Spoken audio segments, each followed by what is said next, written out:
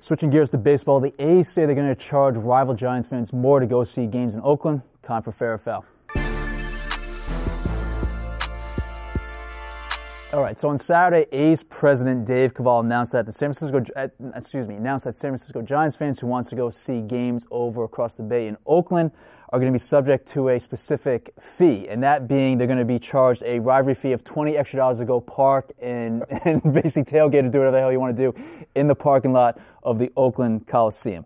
It's unclear if this is actually enforceable. Now, there are, reporters out there asking the attendants who, collected the fees if they actually did this and kind of, different answers, yes or no. But for the most part, it kind of seems like it's a bullshit thing that the A's are trying to do.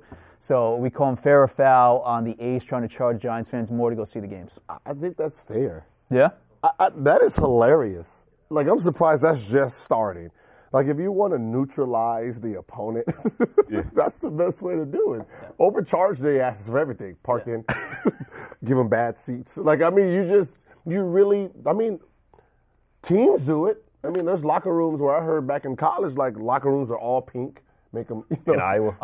Make them feel feminine. Like, that's what you do to an opponent. Like, you really, like, especially if it's your rival, you make them feel less than human. Yeah.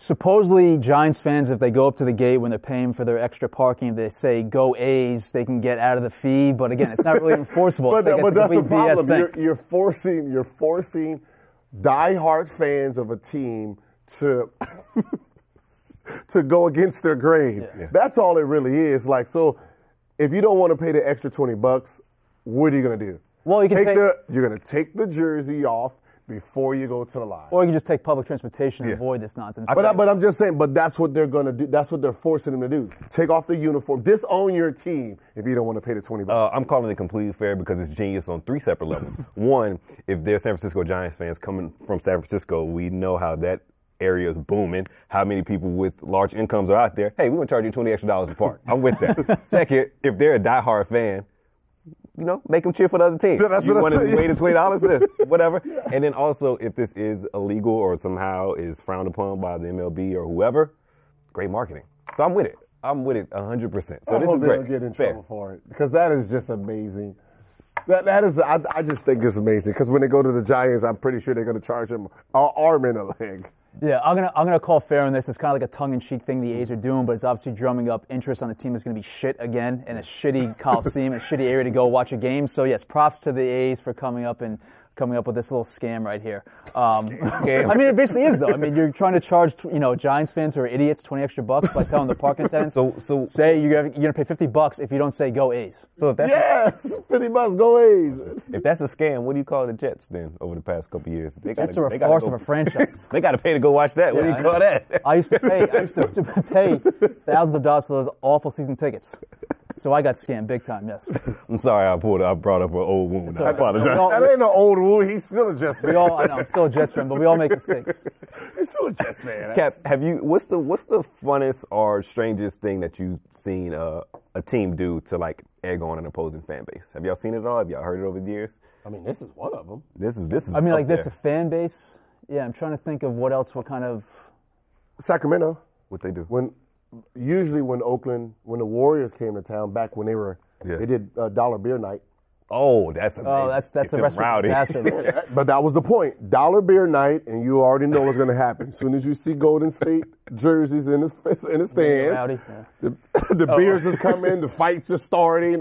That's what that arena was about. I know the Mets, for Yankees fans that want to go see games over in Citi Field, I know the Mets generally make you buy a ticket package if you want to get Yankees tickets. So Yankees fans want to go see the Yankees play in Citi Field, they also have to buy shittier Mets games. Wow. So that's kind of like a swerve that some teams do. You mentioned Sacramento. They kind of take things to a criminal level. I think you had during the 2002 Western Conference Finals when they were playing the Lakers, somebody messed with Kobe's room service and he got food poisoning.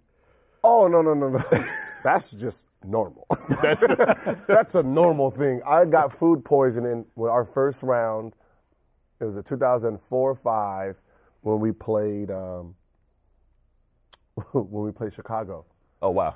Me and Larry got food poisoning. What y'all order? Chicken nuggets. Well, that's why. You grown man order chicken nuggets. We wasn't grown men then. From the hotel?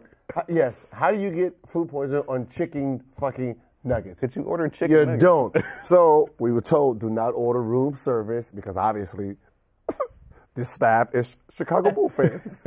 So we had to send someone out to order to get us food. How many all the years you stayed in the hotel? How many fire alarms were pulled? Ooh, not many. No. Not even when y'all had the strippers in Dallas. Not even like playoff time. No, I just thought about it. Not many. Huh? No. You lucked out then. Well, you just gave somebody an idea. That happens all the time. Though. I mean, if a city was going to do that, Cleveland. Boy, they hate you in Cleveland. I know, because you got to remember that was a rival. We played them 3 years straight. So in their they were ruthless. There's also nothing else to do in Cleveland. Okay, all right. Listen, Cleveland, I might visit y'all one day. They were ruthless. There's only one hotel you got to stay in. That's the Ritz. Yeah. The Ritz next to the mall. They know exactly where you are. So the Wizards weren't going to put y'all in like the Ramada Inn or nothing like that? Always the Ritz, huh? I'm with it. As far as power rankings of cities that can't stand you right now, it's like Boston, Cleveland. I can't stand me? San Antonio. Yeah, because you slander them on the show all the time. It's like Boston, Cleveland, San Antonio. No. What? Who hates me the most? Well, we know the individual, but how about the city? Man, look, I was a god, man. I mean, I didn't have no enemies out there, man. I was just, I was a shit talker who talked shit to the fans, who gave my jersey out. I was loved. You bought drinks for your hecklers. Yeah. Yeah, that's what I'm saying. So I was loved. I wasn't a hated guy.